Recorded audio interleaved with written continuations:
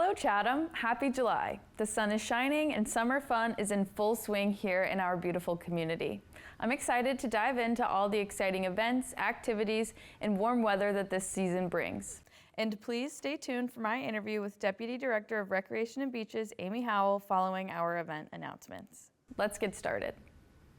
The monthly bingo game will be held on Wednesday, July 10th from 2 to 3:30 at the Center for Active Living. We have exciting prizes generously donated by a few local businesses, so be sure to give us a call and sign up to play. If classic movies are your thing, our Golden Oldies program continues with 2 fun films this month. On Tuesday, July 9th at 1 p.m., we will be showing The Thin Man, based on Dashiell Hammett's novel. This comedy mystery won't disappoint. Then, on Tuesday, July 23rd at 1 p.m., we will be playing Dial M for Murder, a classic crime thriller from Alfred Hitchcock. Give us a call to sign up. Join Ashley for rejuvenating yoga sessions twice a week, sponsored by the Friends organization. Whether you're seeking to build strength or find inner peace, our classes cater to all levels and preferences. Held at the Chatham Community Center in the aerobics room from 1 to 2 p.m., we proudly offer chair yoga on Tuesdays and gentle flow classes on Thursdays. Please call the Center for Active Living to register and learn about the liability form requirements. If anyone out there is having trouble with an electronic device, such as Kindles, iPads, Macs, or iPhones, I am available for 20-minute appointments on Wednesday, July 10th and July 24th from 9 to 10:30. Just give the Center for Active Living a call to sign up for an appointment. Another great wellness offering is Tai Chi. This low-impact, slow-moving exercise is held from 8 to 9 a.m. on Tuesdays in Chase Park. Proven to maintain strength, flexibility, and balance, this practice is often referred to as meditation in motion. There's no registration requirement, just show up and enjoy. We have an exciting new program this month, Mosey with Me Walking Group. This program will be led by Outreach Coordinator Carrie Kelly, where she wants everyone to remember it's not a race, walk at your own pace. Every Monday at 1 p.m., the group will be heading out into the neighborhoods of Stony Hill Road for a short, slow, outdoor walk. If you're interested in joining, give us a call. The Friends of the Council on Aging invite all you Chathamites born in July to come and celebrate together on Thursday, July 18th at 12:30. Please RSVP by Monday, July 15th. Our monthly luncheon will be held on Friday, July 12th at 12:30 at the Center for Active Living. We extend our gratitude to the Friends of the Chatham Council on Aging for their generous sponsorship of this program. While not required, a suggested donation of $7 is appreciated, with all proceeds benefiting the Friends organization. This month's theme is luau, and I can't wait for everyone to enjoy a delicious meal from a local business. Did you know that July 30th is National Friendships Day? Well, over at the CFAL, we will be celebrating with an ice cream social from 2 to 3 p.m., so call up your best friend and join us for scoops of friendship. Calling all yarn enthusiasts or textile crafters. Our Busy Fingers Knitting Group meets every Thursday from 1 to 3 p.m. There is no registration required and all levels are welcome. I am excited to announce the first Department of Community Services joint event, Bingo on the Green. July 19th from 5 to 6:30, we invite all members of the community, youths, adults, and seniors to come together and enjoy an evening of bingo. Held on the back lawn at the community center, this intergenerational event will surely be a blast. To sign up, either visit chathamma.myrec.com or call the Center for Active Living. Lastly, I'd like to extend a heartfelt thank you to everyone who contributed to and attended our 50th anniversary open house last month. Your support and participation made this milestone celebration truly special. Thank you for being a part of our journey and for helping us create wonderful memories. We look forward to many more years of success and community togetherness. Now, for my favorite part of the show, Aging Voices, stories of services and community. Each month, I'll have a chance to sit down with Chatham community members or Town of Chatham staff and hear their stories. Now please join me in welcoming Deputy Director of Community Services, Amy Howell.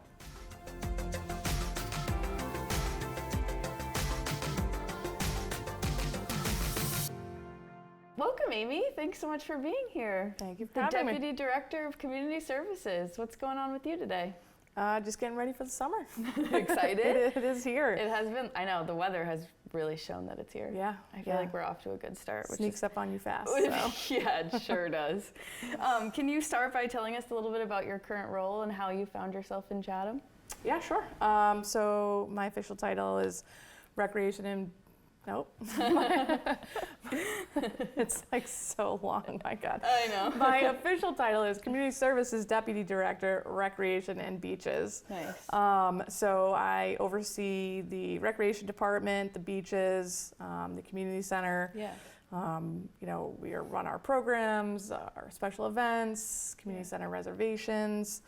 You name it, anything to do with community center, beaches, we have a part in it. So I came to Chatham from Yarmouth. I started my career in Plymouth as a recreation assistant, and I was in Plymouth for 12 years, moved to Yarmouth, became the rec director there for 4 years, and have been in Chatham for a little bit over a year, started in January of last year. So Nice. And that's where we are today. Awesome. It's been really fun, huh? It has. There's a lot going on at the community center. I know, I'm there all the time and it's always crazy. So you've been doing a great job. What are some key initiatives that you've been focusing on since starting here? Is there something that you really have been passionate about, or what do you see for the community center? Well, I think because community services is kind of a new department, when I came on, I think one of the goals was obviously for our two divisions to kind of unite more, work together, which I think we've been doing and doing well.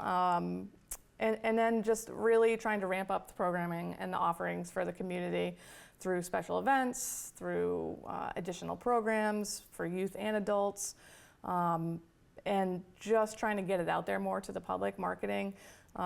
We switched our registration software over to MyRec last April, and that has just been a really great tool for us to get our offerings and our events and our news out to the public, and enable people to register online, which makes everything a lot easier and just more accessible for people too, so that they don't have to get in specific hours and register. So we felt that that was a really great tool for us, an asset to our department, and took a couple months of a lot of data entry from the staff, and we got that up and running last April, and it's been fantastic since then. That's awesome. I love that. 21st century. Exactly. Moving forward. Yeah, totally. A question just came to me when you were talking. Can summer residents register for community center programs and things that are going on in the community center?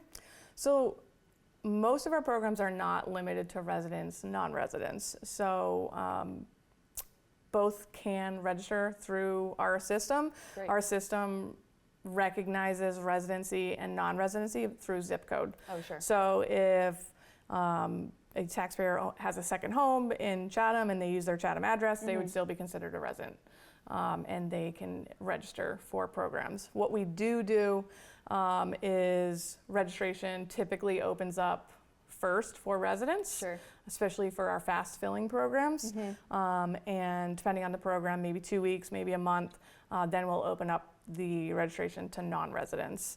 And in majority of the programs, non-residents fee tend to be just a little bit more as well. So residents would get a lower rate than non-residents. Perks of living in Chatham. Yeah. So today was the official ribbon cutting ceremony for the new pickleball courts. I'm sure that you're super excited about that. Can you tell us a little bit about that project and the planning and execution? Yeah, it's been a quick year. So when I came in last year, that project was just getting started. Leah Lacrosse, the community service director, had put a application in through the community preservation funds for the pickleball courts. They were approved, and then they were approved at town meeting last May. And from there, once it was approved, we just started moving forward with the courts, put out the RFP throughout the summer.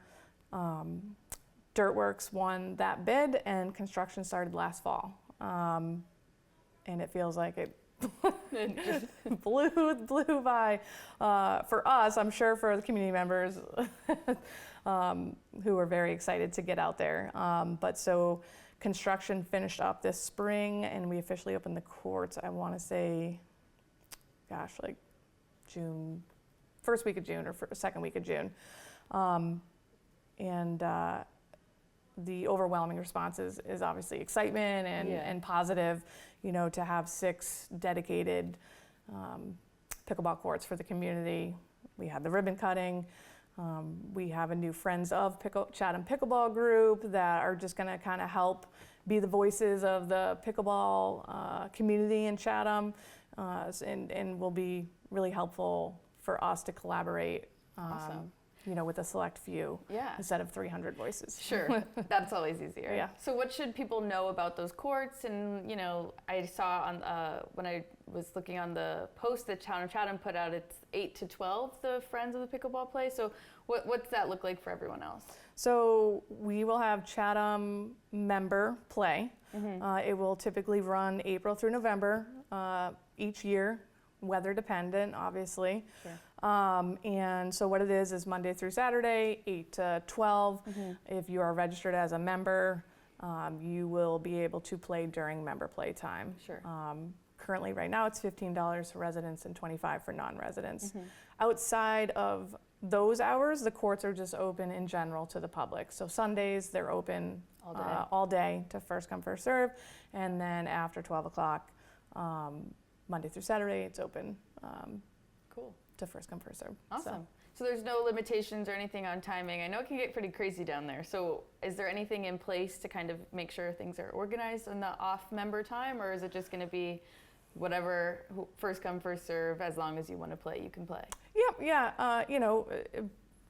There's basically, it'd be like the tennis courts, Sure. So it's just open play to the public. Obviously, courtesy if Yes. there is long lines playing, we will have eventually just shoring up some of the rules and regulations and stuff, that it would be posted there just out of courtesy if if someone has been waiting and you've been playing a while, to usually rotate off the courts. But courts are all over the Cape, and majority of people have played, and the big thing with the Chatham members is they want to be welcoming, they want to be inclusive. So, and that's kind of the way we've viewed it as, and it's been, again, overwhelmingly positive so far. So we expect that to continue. So that's great. Yeah. Is there any age limits, or can anyone become a member? Anyone can become a member. Nice. So. Pickleball, I think I've been saying, is like the next big thing. I feel like we're going to have stadium seating It's not over the there next one day. big thing. It is currently It the is the big thing. It Yes. really is. Yes. Yeah. So you'll never have enough pickleball courts. No. But yeah, it's the big thing. I think it just, it just brings, it's a community, and people can socialize, and it's not, as physical as tennis. Totally. So it makes it easier. So it's more accessible almost, so it can bring like all I think it's all a facts, good, totally. Yeah. I think it's also a nice intergenerational opportunity. Like anyone could play together, dependent on age or ability, you can all work together, which is really fun. Yeah. Another great addition to town under your charge has been the volunteer park updates. Can we talk a little bit about that and how that project's come to be? Yeah, absolutely. So that was side by side with the pickleball courts when I first got here. Busy winter. Busy winter. Again, that was through capital funds and approved last May at the annual town meeting. From my understanding, because I was not here, is the old playground was just beyond repair, and so it was torn down again prior to me arriving here in Chatham for safety reasons. And so Leah Lacrosse had started the process and design. It was approved, like I said, last May, and then we moved forward with an RFP. But during that initial process, we realized we didn't have enough funds, because playgrounds now after 2012 required to have an 80 solid accessible pathway to the playground. And if you know anything about the location of Volunteer Park, it's pretty far into the middle of a park. So unfortunately, we didn't have enough funds to move forward with the initial bids, because we had to include that pathway. And we were able to secure extra funds at a special town meeting in the fall. And then we're able to move forward with the process. O'Brien and Sons constructed the playground, and yeah, it's beautiful. Yeah, it is. It's beautiful compared to what was there. Obviously, the biggest, addition would be the poured in place rubber solid surface, which makes, not only is it better just for safety reasons, for, for children falling, but I think the biggest, upgrade for that is it's accessible to everyone. Absolutely. Every piece of equipment is accessible, whether you're in a wheelchair or just have a tough time walking on unstable ground. And then obviously we have our very long, it's a very impressive walkway. Very long, impressive pathway there. If people haven't seen it, they really should. Yeah. It's really nice to be able to connect the bike path, though. That's for sure. Yep. And to the parking lot, of course. But yeah, it looks really good. Yeah, absolutely. And new updated equipment and so it's exciting for the community to have an updated, accessible playground. What are some of your favorite features of the playground that children and families can look forward to playing on? Well, I tell you what, if you've seen it, one of those slides are pretty impressive. There are some serious slides. I think those Daredevil kids are going to enjoy it. So I think that's the exciting part. It's just new stuff, new climbing, and I think just something for everyone there. Yeah, totally. From the swings to the large slide. We have a toddler section and then a school age section. So. Nice. It's just a nice little updated playground, and with better parking than having to battle downtown too in the summer. It's a good option for families. Out of the way. Still we have some benches and picnic tables on order, so it'll be a nice little family spot once it's fully complete. So are dogs allowed at Volunteer Park? They are not. Okay. They are not allowed on ball fields. Sure. Good to know. In the town. Awesome. So it's very busy at the community center all the time, but I feel like summer is probably even more so with the kiddos running around. What can you tell us about the park program this year and what the youth of Chatham will be getting into? So Sharon Stark runs our park program, which is our after-school program. She does a phenomenal job with that. And so in the summer, it transitions into our summer rec program. This year, again, extremely popular, sold out. We have 250 plus kids a day with a wait list. And we wish we could take everyone that wants to participate, but unfortunately we just don't have the space or the staff to accommodate everyone. Again, that being one of our more popular programs, we do open that up to residents for a whole month prior to opening it up to non-residents. So 250 plus kids running around the community center this summer. They do go on field trips throughout the week. Through the Food for Kids program, free lunch is offered to the kids daily, which is fantastic.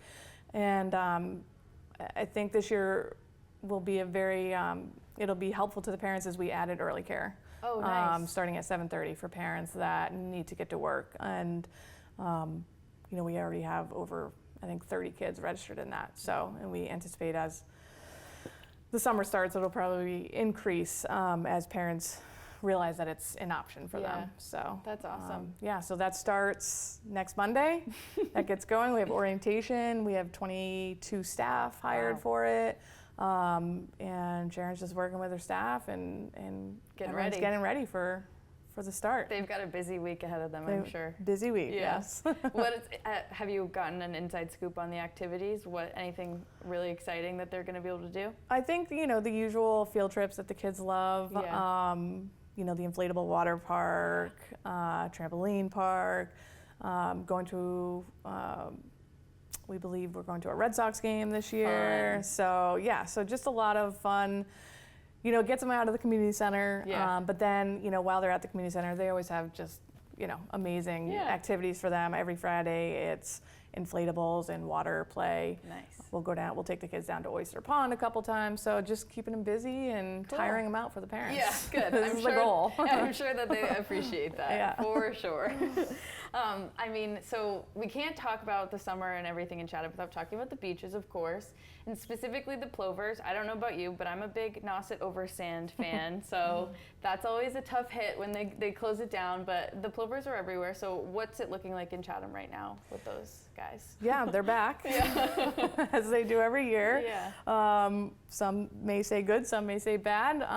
As you say, it does shut down. It shuts down access to the beaches, especially the ORV ones. But then it obviously it takes away sections of, our beaches as well, our non-ORV beaches like Hardings and Ridge and Cockle. It also restricts us in what we're able to do with our beach raking program. Sure. So because we're required to follow the Mass state laws, we have to have an escort with a large vehicle in order to not disturb or endanger the birds. For over sand. For over the sand, Yeah. yep. And so we do that through Mass Audubon, partner with them. And unfortunately, just because the sheer amount of beaches on the Cape that they help cover, we are only able to have them once a week escort us beach raking during this really high period of activity for the birds. Yeah. So right now our beach raking will start this week. Thursday will be the first day, and we'll be restricted to one beach a week. Sure. So this week would be Hardings. Next week, Ridgevale and Cockle are considered one. So, it's a struggle for this part of the season, the beginning part of the season, but the more we follow the rules and, don't endanger the birds or scare them off, the quicker they fledge, Sure. which is what everyone wants. Yes. And that means those ropes and those signs can come down, full access is granted back to the beach, and then we can increase our beach raking operations 4 to 6 days a week. Nice. If it's needed. Yeah. So what can we do as community members to make sure that we don't disturb them and are making this process as quick as possible for everyone? Like, is there anything specific that people should know what to do and what not to do? Yeah, I think the biggest is just obviously staying out of the areas that are roped off. One of the biggest issues we have is dogs and unleashed dogs. Sure. It's officially after June 15th now, so no more dogs on the beaches. No more dogs on the beach, which, obviously, unfortunately, is not always followed.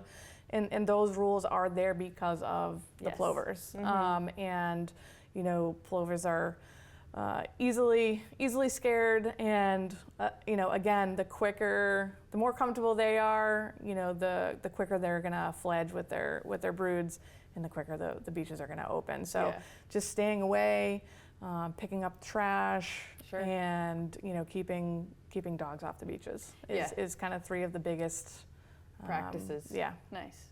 If someone comes across a nest, is there someone that they should notify? Who's the best person to call about any bird-related issue? So Mass Audubon would be who to reach out to, but they can always reach out to the Recreation Beaches Department, who then we can contact Mass Audubon. Great.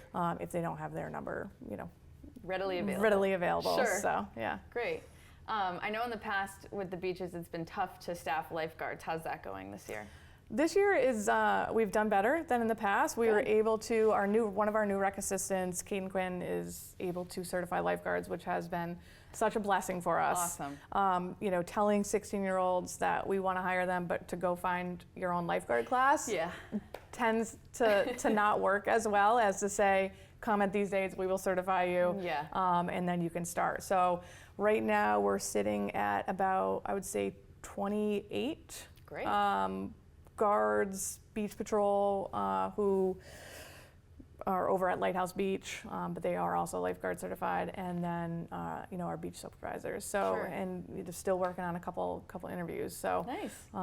So we're excited this year. We're hoping to be able to guard some more beaches for the community. So that's great. So right now, what beaches will be guarded and which ones won't?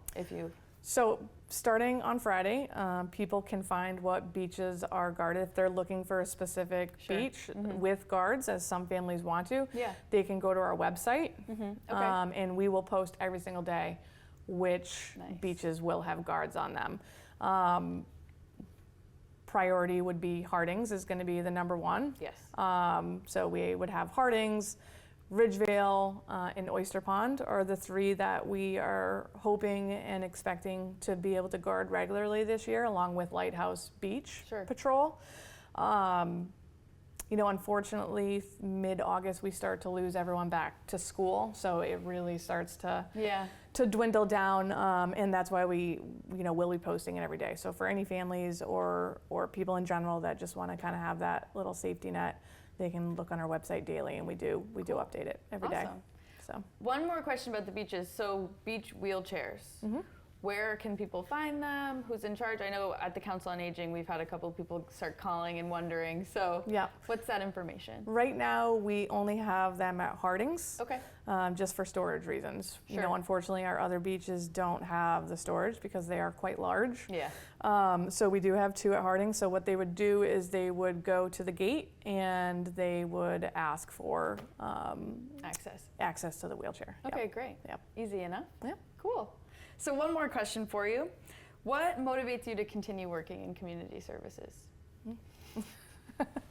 I think I grew up doing all of these programs Yeah. and events, and I know how much I loved it and how much it benefited me as Yeah. a child and growing up on Cape. And so I think now being one of the people that gets to now offer that to the community is what I love doing. You know, is bringing the community together, offering programs, events, and you know, when you have a big family event and you see those families out there just laughing and having a good time, I think, you know, it makes our jobs, you know, worth it. So. Totally. I had my first job was at the Harwich Rec doing their summer camps and after school programs. So that I totally can relate to that. It's something that when you grow up doing it, participating and then working, it's like you just can't stop. Yeah, exactly. Well, thank you. Thank That's you. So great. It's nice to talk to you. I hope you have a great summer. It'll be over before we know I it. know. It's the worst part about living on the Cape is when summer ends, for Yeah. sure. Yeah. Thanks, Amy. Thank you.